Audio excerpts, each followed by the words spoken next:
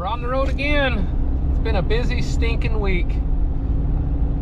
And we've been out and about chasing side-by-sides and you name it this week. It never ends, the work of the off-road recovery guy, so I can't think of a better way to make a living and consider myself pretty blessed to do what I'm doing and succeed. And it's been a lot of fun over the years doing anything from search and rescue to off-road recovery and fixing cars and doing custom projects and different odds and ends in the shop. So never a complaint when you can make a living and be successful doing what you love. So today we're in the old trusty.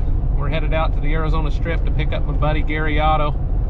I think he's been on the channel a few times here and there when we've gone out on different incidents, and he's part of that tri-state ATV club that we have here locally. I've been involved with that since its inception back in the day.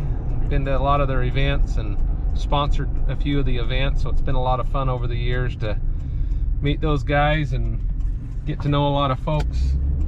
And never complain when you got a good tight community like that. And when you know each other and you can just make a call and you got people on the way. And so we're excited to get out there and help Gary, maybe give him a little bit of harassment on our way back.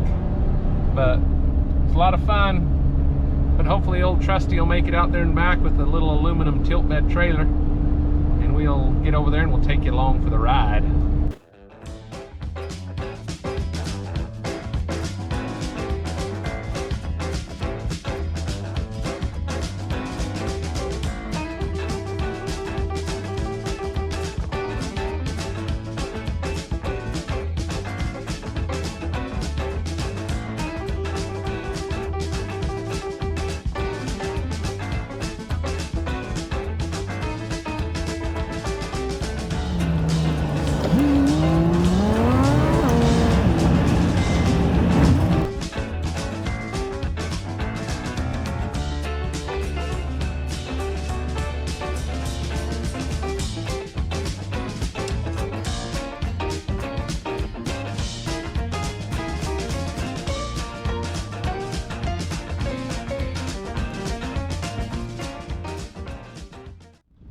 All right, so Gary limped it in.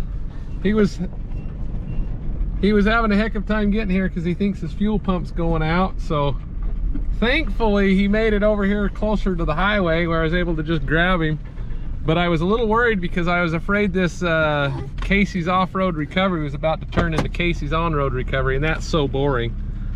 Get out, you can go play.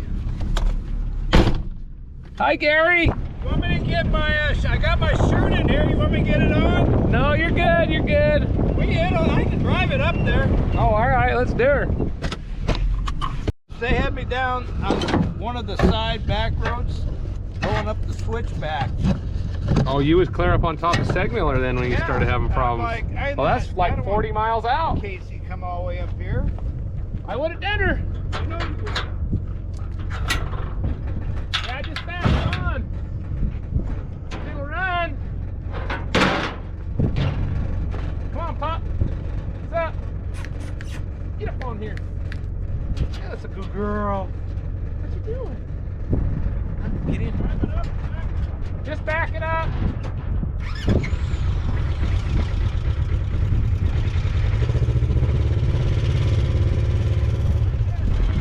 You're good. Stay back.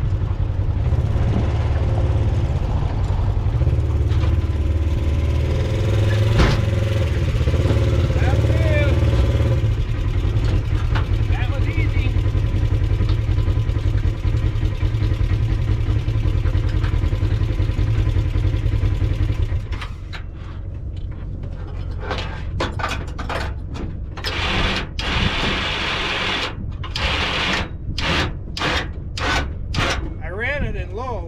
Down the mountain. Just babied it down.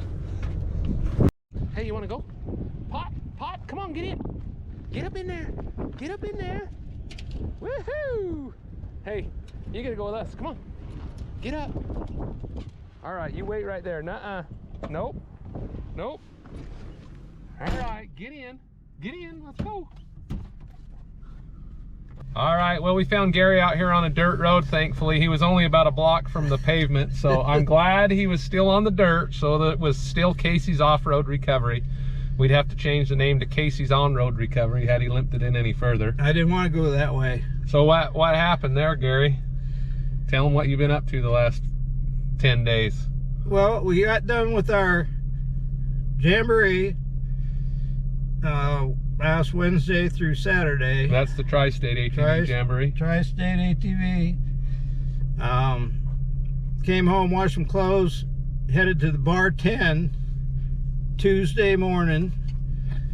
Put 105 miles on the rig that day. Stayed in the covered wagons at the Bar 10. Went touring around the next day for 120 miles and headed back home today. Went to the Grand Gulch mine and everything was fine. Then all of a sudden, so that was about 80 miles from town. So we just kind of, I don't know what went on with it. We checked the air filter, put it all back together, unloosened the gas cap, and I drove it all the way down off Sig Miller Mountain so Casey wouldn't have to drive all the way up there. So that's probably, what, 40 miles from here? Well, pretty close. At least it would have been 40 for you to go up there and come back. Yeah. So saved you a little bit, but we're all loaded up, and it's another recovery for Casey's Off-Road Recovery. Yeah, Gary's been out on a lot of these trails around here, and he's been doing this for years. I'm the helper. I usually get people home, not get stranded. Yeah, he's not used to getting recovered, but he sure calls us quite a bit when he has folks that run into problems, and it's sure fun to be involved with the Tri-State ATV Jamboree and getting to know all these good folks, and sure done a lot of off-roading and four-wheeling and recovery with this group, and they're sure a solid, fun group. I think, what was your Jamboree this year, your 15th? Probably more than that. Well, I don't remember, but it's been around a while. We missed a couple of them because of COVID, but we're done a lot of service projects and a lot of jamborees and trail guiding for them over the years. Back in the day when they started, there was nobody that had a side-by-side. It was all four-wheelers, and so we used to do a lot of riding on the old Honda Rincons and the Rubicons and all that stuff, and now everybody's pretty well switched over to the side-by-sides. Graduated. Hey, it could have been worse. Could have been raining or snowing.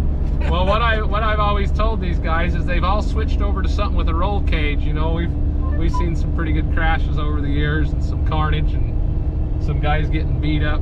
But now they're all wearing helmets, and well, most of them wear helmets. I wouldn't go so far to say that. Most of them wear helmets and a seat belt, and they're in a buggy with a roll cage on it. So it's always a lot of fun, and getting out here and seeing these guys we've known for years and get them home again. Even old Trusty, you don't need anything too fancy for a recovery rig, especially that close to the pavement. And besides the fact I'm not that fancy of a guy, I'm kind of just a redneck that shaves and has a haircut and has most of my teeth, so I don't need anything too fancy. I got mine. Yeah. So thanks for coming along for the ride. Thank you. Catch you on the next one. Bye-bye. Had to be in the high 40s.